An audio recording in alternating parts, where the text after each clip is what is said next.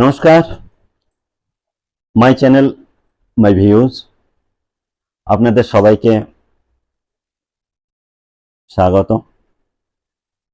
যাই হোক, গেছিলেন ম্যাডামের মিটিংয়ে? কি খাওয়ালো আপনাদের, না কাওয়ালি শোনালো আপনাদের? আমি আইদার খাওয়াবে কিংবা কাওয়ালি শোনাবে। কাওয়ালি শোনালো, দুঃখের গান, ভয় দেখানো, ধমকি, এটা ওটা, যা ইচ্ছা। টিকিট লেগেছিল নাকি 500 টাকা করে? শুনলাম টিকিট লেগেছিল। আমার ঠিক বিশ্বাস হচ্ছে না। যদি চাকরি হারিয়ে আবার ওখানে গিয়ে 500 টাকার টিকিট লাগে, কি অবস্থা! 500 টাকা অনেক ভ্যালু রাখে। কি বললেন উনি? যে চোরটাকে এখনো জেলে কেন পুরে রেখেছে? চাকরি তো ছেড়ে দিল, চলে গেল, একে এখনো রেখে কি লাভ? এসব কথা কারা বলে? আজকে কিন্তু ওনাদের জন্য একটা খুশির খবর এসছে। আর একটু হলেই পুরো ক্যাবিনেটটাই জেলে যেত, কিন্তু এটা ঠিক নয়। ক্যাবিনেটের অধিকার আছে চাকরি কতজনকে দেবে কি দেবে না, সেটা ওনাদের অধিকার। এই চাকরি উনি 6,000 দিক আর 6 লাখ দিক, ওনাদের দরকার আছে, কিন্তু চাকরিটা দেয়নি।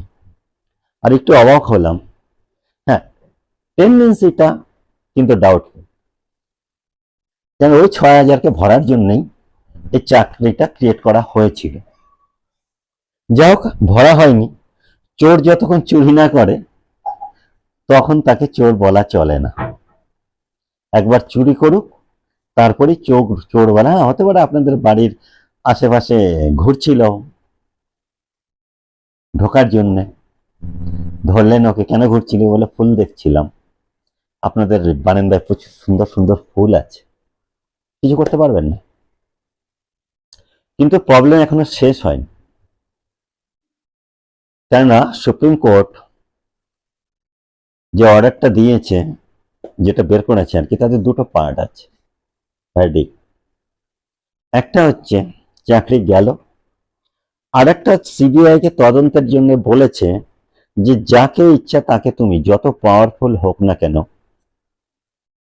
যত ভালো খেলা জানুক না কেন, গিয়ে ধরতে পারবে। মন্ত্রী হোক আর এজেন্ট হোক, বলাঘাট থেকে হোক কিংবা কালীঘাট থেকে হোক, কোম্পানির ডাইরেক্টর হোক কিংবা কেরানি হোক, ধরতে পারবে। যাই হোক, এবার ওটাকে কি করে ধামাচাপা দেবে, এটা ভীষণ ভুল হবে যে সুপ্রিম কোর্ট পয়সা খেয়েছে, ও ইয়ে করেনি, ওটা করেনি, আমাদের লয়াররা ভুল করেছে বলে। ভাই, লয়ারের ডিউটি লয়ারিং কর, চিফ মিনিস্টারের ডিউটি পাবলিককে দেখা। কেউ কাউকে তো গালি দিতে পারে না ডিপার্টমেন্টাল হয়ে। একজন চিফ মিনিস্টার হয়ে আপনাকে ওই র্যাঙ্কে থেকে কেউ গালি দিতে পারে না। একটা লয়ার কোর্টে গিয়ে গালি দিতে পারে না, গালি দিতে পারে না, আর্গুমেন্ট হতে পারে। কিন্তু বিকাশ দাকে যেভাবে গালি দিচ্ছে, এটা অন্যায়, এটা পলিটিক্যাল প্রেশার। একজন তো ছেড়েই বেরিয়ে চলে গেল হাইকোর্টের, গালি খাবে বলে। তার মানে ধমকাচ্ছে। এরকম অবস্থায় আসতে পারে যে হাইকোর্টের একজন বিচারপতি কেস ছেড়ে দিল, এত ধমকাতে পারে। গাঙ্গুলি, সরি, গাঙ্গুলি স্যার কিন্তু এটা করেনি, ছেড়ে দেয়নি প্রেশার উপর। ওনার লাগলো ইয়ার এইভাবে পরিবর্তন আনা হয়তো যাবে না। আর পরিবর্তন আনতে গেলে পলিটিক্যালের সাথে যোগ হতে হবে। এই যা পেয়েছি আমরা, একে রাখাটা ঠিক হচ্ছে না।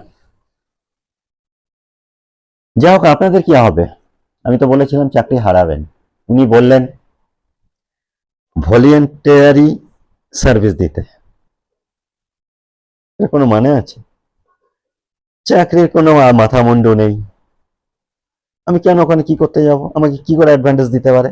এরপরে যদি আপনাকে ইন্টারভিউ দেওয়া হয় 6,000, 60,000, মানে 26,000 চাকরির জন্য, তো ওখানে তো আমারও অধিকার থাকে, আমি গিয়ে ওখানে ইন্টারভিউ দেবো। এজ রিলেকশনস বাগেরা বাগেরা, তো আমিও দিতে পারি ইন্টারভিউ।